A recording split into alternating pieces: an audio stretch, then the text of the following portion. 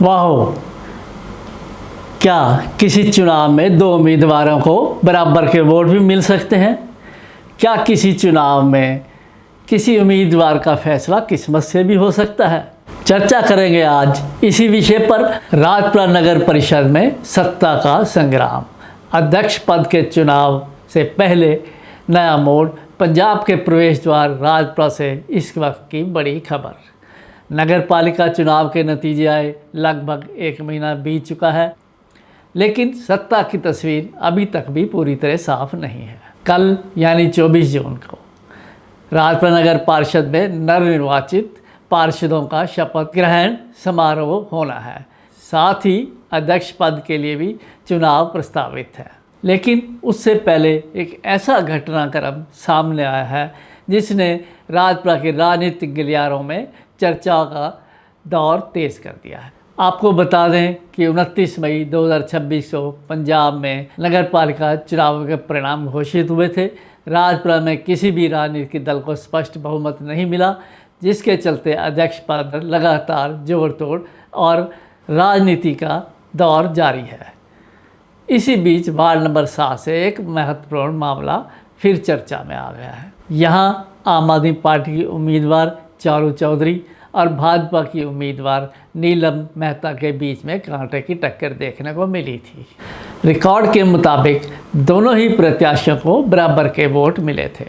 इसके बाद पंजाब राज्य चुनाव आयोग के नियमों के तहत रिटर्निंग अफसर ने लॉट सिस्टम के लिए फैसला सुनाया और भाजपा उम्मीदवार नीलम मेहता को विजयी घोषित कर दिया। अब इस मामले ने नया मोड़ ले लिया है। जानकारी के मुताबिक चारू चौधरी ने रिटर्निंग अफसर कम एसडीएम राजपुरा के समक्ष वोटों की दोबारा गिनती की गुहार लगाई है। सवाल ये है कि इस बारे में कानून क्या कहता है।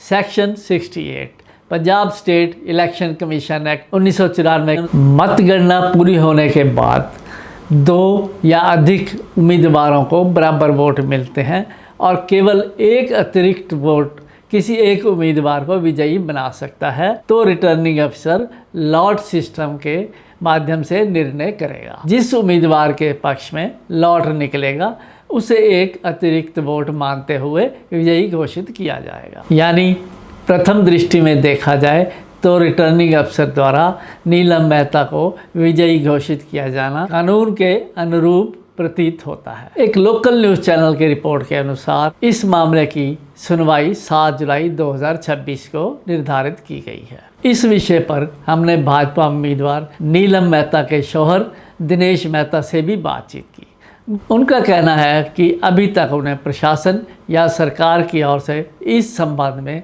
कोई आधिकारिक सूचना प्राप्त नहीं हुई है।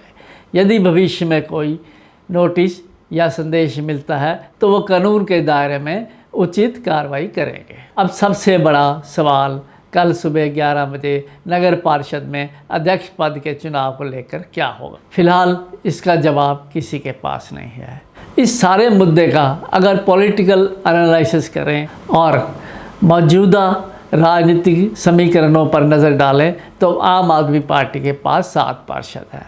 2 निर्दलीय पार्षदों के समर्थन की भी संभावना जताई जा रही है। इसके अलावा विधायकों के 2 वोट जोड़ दिए जाएं तो आंकड़ा 11 तक पहुंचता है, लेकिन अध्यक्ष पद जीतने के लिए 16 वोटों की ज़रूरत बताई जा रही है। ऐसे में राजनीतिक गलियारों में कई तरीके की चर्चाएं चल रही हैं।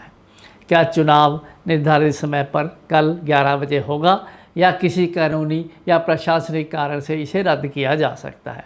क्या सत्ता के लिए राजनीतिक जोड़ तोड़ और दबाव की राजनीति देखने को मिलेगी या फिर कोई ऐसा समीकरण सामने आएगा जो पूरी तस्वीर बदल देगा? इन सभी सवालों के जवाब फिलहाल भविष्य के गर्भ में है। एक बात तय है कि नगर पालिका का अध्यक्ष पद अब सिर्फ एक प्रशासनिक चुनाव नहीं रह गया है, बल्कि ये स्थानीय राजनीति का प्रतिष्ठा का सवाल बन चुका है। कल सुबह 11 बजे होने वाली गतिविधियों पर पूरे राजपुरा की नज़रें टिकी होंगी। देखेंगे कि ऊँट किस करवट बैठता है, जिसकी लाठी उसकी भैंस या फिर कुछ और।